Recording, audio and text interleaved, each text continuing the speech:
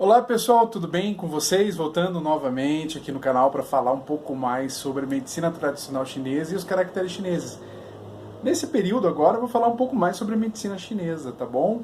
Então não se esqueçam de se inscrever no canal, ativar o sininho. Eu sei que é chato ficar falando isso toda hora, principalmente num canal tão pequenininho quanto o meu, mas que eu quero que ele fique grande. Por isso que eu sou tão insistente assim. Valeu? Bom, como já havia falado nos outros vídeos, o Yin e o Yang, eles são os opostos, né? Os chineses consideram, o povo chinês, boa parte do povo chinês considera o Yin e o Yang como um processo, é uma tradição, né? Uma tradição muito arcaica deles.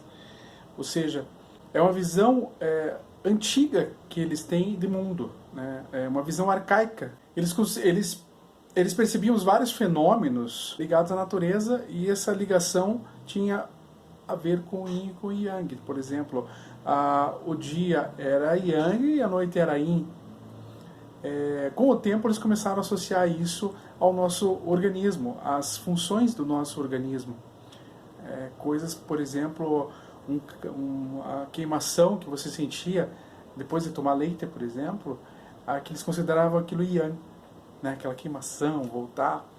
Ou senão, quando estufava muito a barriga, por causa de tomar leite, por exemplo, de novo, leite aqui, poderia ser um empachamento, algo como uma mucosidade fixada aqui no estômago, que poderia ser Yin.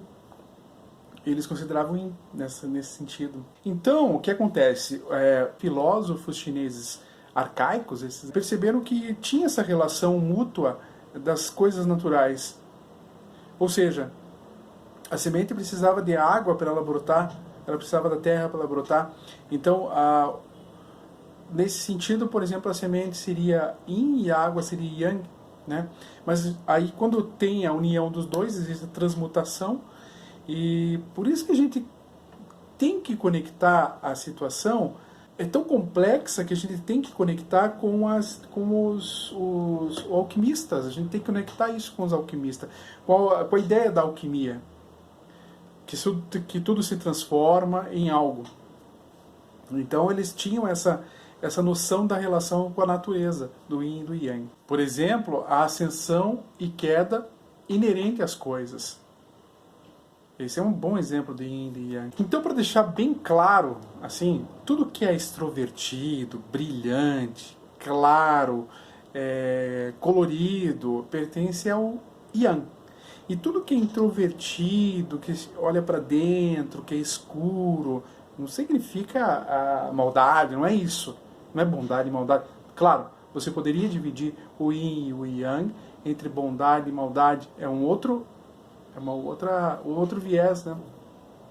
Como você colocar o bem e o mal seria da mesma coisa, um Yin e outro Yang. Enfim, não tem a ver com questões morais neste momento, mas em outros momentos houve sim uma ligação moral. Por exemplo, Confúcio também tinha essa questão em si. Por exemplo, que Jung vai falar que o homem, ele nasce com uma maldade, ele é inerente a ele, esse mal. Sun Tzu, por exemplo, que é um grande pensador da época, mais ou menos, de Confúcio, ali tem uma diferença de 100 anos, ele também questionou isso, ele também colocou essa posição de que o homem, ele nasce, quando eu falo homem, eu falo a humanidade em si, ela nasce com essa maldade, então é inerente. E só quem consegue colocar bondade no ser humano seria a família. Relações sociais.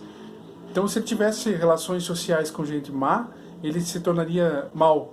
E se ele pudesse ter relações com pessoas boas, direcionado a um pensamento mais materno, um pensamento mais bondoso, ele seria uma pessoa boa. Isso também entra na transmutação entre o Yin e o Yang. Então você tem um Yin que é maldoso, e se você tonifica ele, se você fomenta a bondade, Se você fomenta a bondade, você vai tornando ele yang, ao ponto de um equilíbrio. Quer dizer, ainda vai continuar aquela... Por isso que a gente tem aquela coisinha de... Ai, que vontade de matar alguém hoje. É normal, né? É mais ou menos isso. Então, para eles, seria nesse sentido. Acho que por hoje eu vou falar só sobre isso.